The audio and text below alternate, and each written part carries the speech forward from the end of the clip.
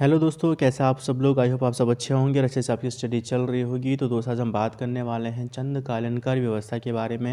ये टॉपिक आपका जो होगा वो आपके, चाहे वो आप किसी भी एग्ज़ाम की तैयारी कर रहे हैं, चाहे वो कनिष्ठ सहायक हो या आप फॉरेस्ट गार्ड की तैयारी कर रहे हैं, उत्तराखंड पुलिस की तैयारी कर रहे हैं, या आपके यूपीएससी की तरह आयोजित एग्जाम जैसे कि अपर पीसीएस लोअर पीसीएस जो है उसके प्रीलिम्स एग्ज़ाम, प्रवक्ता जो आपका एग्ज़ाम है उसके लिए प्रीलिम्स के लिए बहुत इंपॉर्टेंट आपके टॉपिक होने वाला है। लास्ट 5 पेपर उठा के देख लो, चाहे यूपीएससी या Uttarakhand UK triple S C की द्वारा आयोजित करवाए गए हैं। हर एग्ज़ाम में यहाँ से क्वेश्चन पूछा गया है। किस तरीके से क्वेश्चन पूछता है वो आप पेपर को उठा के देख लीजिएगा। डायरेक्टली कई बार क्वेश्चन पूछ लेता है। चलिए स्टार्ट करते हैं आज का वीडियो। लेकिन वीडियो को स्टार्ट करने से पहले अगर आप फर्स्ट टाइम चैनल पर आ रहे हैं तो चैनल को सब्सक्राइब कर लीजिएगा, बेल आइकन प्रेस कर ले ताकि जो वीडियोस ऐसे अपलोड करता है सबसे पहले आपके पास का नोटिफिकेशन आ सके। तो आज हम बात करेंगे चंद्रकालीन कर व्यवस्था के बारे में। चंद्रकालीन करों के लिए आपका पहला कर जो था जूलिया कर। जूलिया कर मतलब यानी कि नदी पुलों पर लगने वाला कर जो था इसको सांगा भी बोलते थे। तो पुराने ज़माने में क्या होता था कि नदियों को पार करने के लिए इस प्रकार से क्या होते थे, रस्सी या मोटी रस्सियों से क्या होते थे, या तारों से जो थे इस प्रकार से बनाए जाते थे पुल। ठीक है, उनको बोला जाता था सांगा। सांगा यानी कि पुल, या झूलिया यानी कि झूला पुल। ठीक है, तो यानी कि झूला पुल यानी कि झूलिया यानी कि झूला पुल। तो यानी कि झूलिया कर जो था यानी कि नदी पुल यानी कि झूला पुल यानी कि पुलों पर लगाया जाता था। सिरती कर, सिरती जो था एक प्रकार से नगद कर दिया जाता था, सीधे नगद कर के रूप में दिया जाता था। राखिया कर, राखी राखी कब खरीदते हैं, रक्षाबंधन पर खरीदते हैं। रक्षाबंधन या जनेऊ संस्कार के समय जो था उसके लिए राखिया कर लिया जाता था। मांगा कर यानी कि मांग कर लिया जाता था। मांग कर यानी कि युद्ध के समय लिया जाने वाला चंदा क्या होता है, मांगा जाता है। चंदे के तरह रूप में इकट्ठा किया जाता था और चंदा क्या होता था, मांगा जाता। तो यानी कि मांगा जाता कब मांगा जाएगा, जब इमरजेंसी आएगी। इमरजेंसी कब होती, यानी कि युद्ध के समय जब इमरजेंसी आती थी तो उसके समय एक मांगा कर लिया जाता था। खैली कपिलिनी कर, कपिलिनी जो था वो कुल्ली बेगार कर था। बेकर जो था वो अनाज के रूप में दिया जाने वाला कर था। बेकर क्या था, अनाज के रूप में दिया जाने वाला कर था। तो बेकर्स यानी कि बेकरी उत्पाद जो है यानी कि क्या होता है, खाने के लिए होता है बेकरी उत्पाद, और अनाज क्या तो खाने के लिए होता है। तो यानी कि अनाज के रूप में यानी कि दिया जाता था। और एक होता था सिरती कर ये कैश के रूप, ये इसका एक ही था कि कैश के रूप में ही दिया जाएगा। ले और बेकर क्या था, वो आपके अनाज के रूप में दिया जाएगा। तो उस दोनों को आप ध्यान रखिएगा। अभी आगे भी आगे आएंगे उसको भी आप ध्यान रखेंगे। ठीक है, कैसे याद करना वो बताऊँगा उसमें। कटक जो था वो सेना के लिए लिया जाने वाला कर था, कटक। ठीक है, टांड कर जो था वो सूती वस्त्रों के बुनकरों पर लिया जाता है। देखिए, सूती वस्त्रों के बुनकरों को आप टांड जो होता था उनके पास एक प्रकार का डंडा होता था।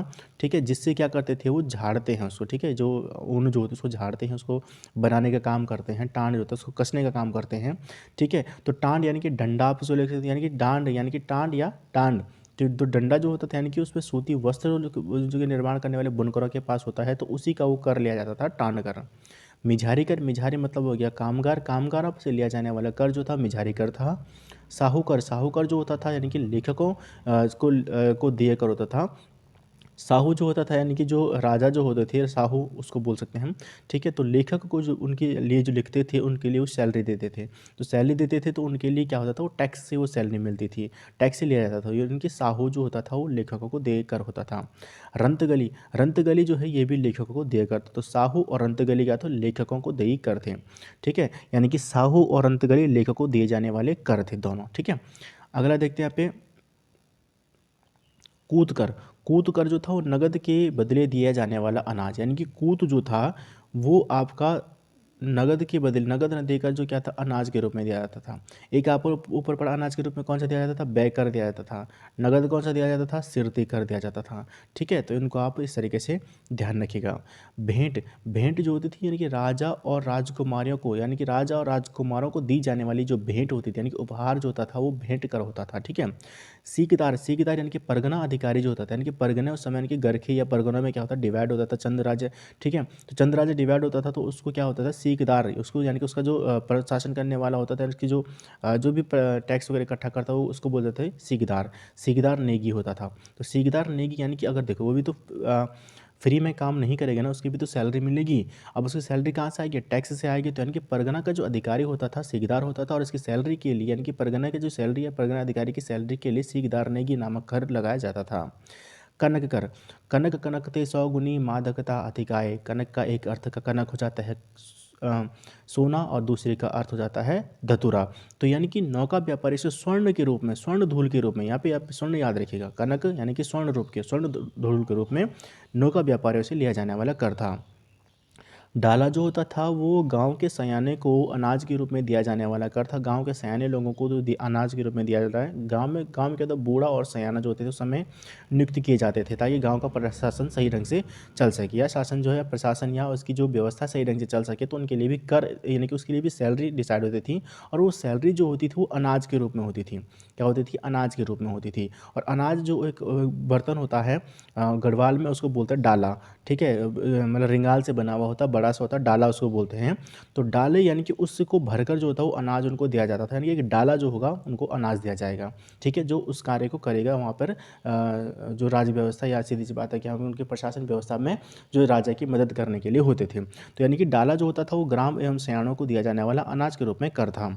मौकर, मौ मतलब होता है गढ़वाल में, मौ का मतलब होता है परिवार, मतलब हर परिवार से लिया जाने वाला कर जो होता था वो मौकर होता था। भात कर, बड़े उत्सवों में क्या होता है, दावत दी जाती है। दावत में क्या होता है, भात बनता है। ठीक है, तो भात जो यानी कि भात की दावत दी जाने यानी कि भात कर। न्योवली, न्यो से आपके पास न्याय, तो यानी कि न्यो से न्याय, यानी कि न्याय पाने के लिए कर्ज होता था वो न्योवली होता था। रौल्य देवल्या, देवल्या यानी कि देवल्या यानी कि देवताओं को, देवल्या से यानी कि देवताओं को, देवताओं से यानी कि देवी देवताओं को, देवी देवताओं की पूजा के लिए। देवी देवता की क्या होती है? पूजा होती है। देवी देवताओं की पूजा के लिए देना में कर। अब किसके देवी देवता? देखो, राजा कर लगाता था, तो यानी कि राज परिवार के देवी देवताओं को पूजा के लिए दिया जाने वाला कर जो था, रौल्य देवल्या कहलाता था। बाजनिया कर, बाजनिया, बाजने यानी कि नाचने बजाने वाले।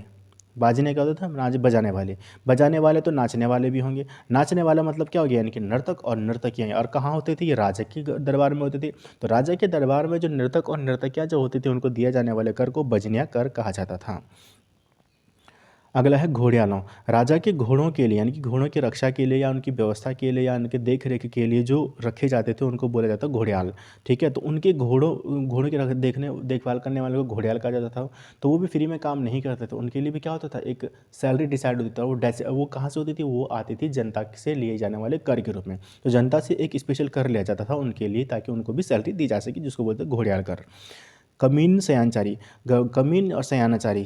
कमीन और सयानाचारी जो होती थी, सयाना और बूढ़ा जो होते थे, जैसे मैंने आपको पहले बताया था कि उनको क्या होता था, कमीन और सयानाचारी जो गाँव के प्रशासन के लिए या गाँव के जो व्यवस्था को देखने के लिए जो लोग कार्य करते हैं उनको कमीन या सयाना, यानी कि सयाना या बूढ़ा कहा बोला जाता था। तो उनको दिया जाने वाला सयानाचारी, कमीनचारी, कमीन सयाना। ठीक है, तो यानी कि उत्तर गढ़वाल की अगर बात करें तो वहाँ पर इसको सयाना बोलते थे और दक्षिण में इसको कमीन बोलते थे। ठीक है, तो इनके लिए दिया जाने वाला कर होता था। हिलयानी अधूल कर, हिलयानी अधूल कर। अब देखिए, बरसात की सड़कों की मरम्मत के लिए लिया जाने वाला कर। ठीक है, अब इसको कैसे याद रखेंगे आप? हिल, हिल यानी कि आप देखिए गढ़वाली और कुमाऊनी का देखिए, हिल हिल होगी या हिलू होगी। हिलू का मतलब होता है गीला। क्या होता है? गीला।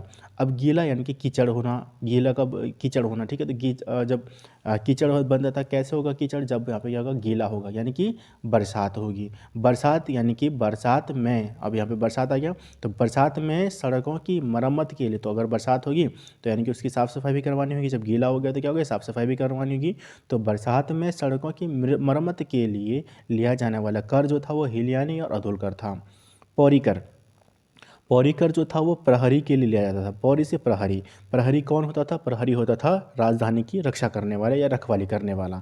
तो इनके लिए भी ऑब्वियसली क्या है? सैलरी डिसाइड होगी। ठीक है, तो सैलरी डिसाइड होगी, यानी कि राजधानी की रखवाली के लिए देय कर जो था वो पौरी कर था। बाजदार कर, बाजदार कर जो था महाजनों को देय कर था। बाजदार कर, बजनिया कर, ये अभी हाल ही में आपका स्टेनोग्राफर का एग्जाम हुआ था, वहाँ पे क्वेश्चन पूछा गया था। बाजदार जो था महाजनों को दिया जाने वाला कर था। औताली, औताली जो होता था वो राजा की ज़मीन होती थी। तो राजा की ज़मीन पर जो कर लगता था उसको बोला जाता है औताली। ठीक है, अगला है कुकुरयालो कर। कुकुरयालो, कुकुर मतलब गढ़वाल में कुकुर क्या बोलते हैं? कुत्ते को बोलते हैं। ठीक है, तो कुकुरयालो हो गया जो यानी कि कुत्तों की देखभाल, राजा के कुत्तों की देखभाली आदि करने वाले, जो देखभाल करने वाले जो लोग होते थे। तो जैसे कि मैंने आपको पहले बताया कि फ्री में कोई भी काम नहीं करता था, हर किसी के लिए टैक्स लगा हुआ है, उसी से उसकी सैलरी मिलती थी। तो यानी कि कुकुरयालो नामक कर लगाया गया था उन लोगों के लिए जो राजा के कुत्तों की देखभाल करने वाले लोग हैं उनको देने के लिए। ठीक है, तो यानी कि राजा के कुत्तों के लिए दे कर क्या होता? कुकुरयालो कर था। श्यूक, श्यूक मतलब हो गया सेवक, श्यूक मतलब हो गया सेवक या नौकर। तो श्यूक यानी कि सेवक या नौकर, तो राजा के सेवकों के लिए दिया जाने वाला कर जो था वो आपका श्यूक कर था। जगरिया कर।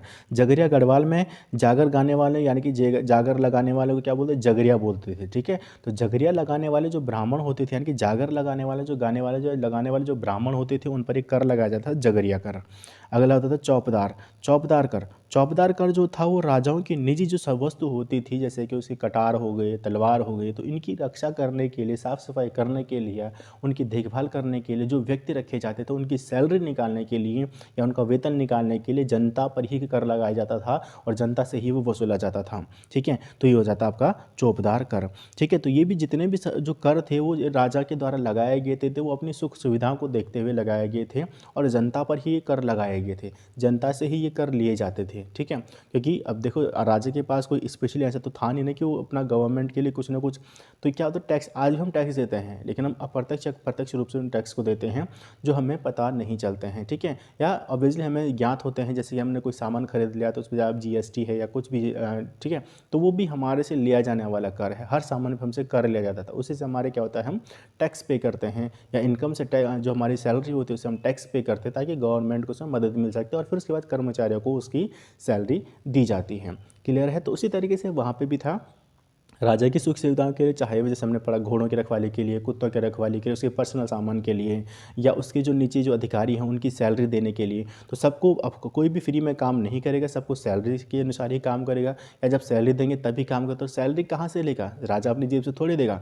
तो इसके लिए वो क्या होता था अलग अलग तरीके के कर जो था वो जनता पर लगाए जाते थे। ठीक है, आई होप आपको वीडियो समझ में आया होगा और मैंने कोशिश की हुई कि आप इसको 1 से 2 बार देखेंगे, इन चीज़ों को समझेंगे, शब्दों को पकड़ के चलेंगे तो ये टॉपिक आपका कभी भी आपका गलत नहीं होगा। मिलता हूँ जल्दी नए वीडियो के साथ, तब तक के लिए जय हिंद जय भारत।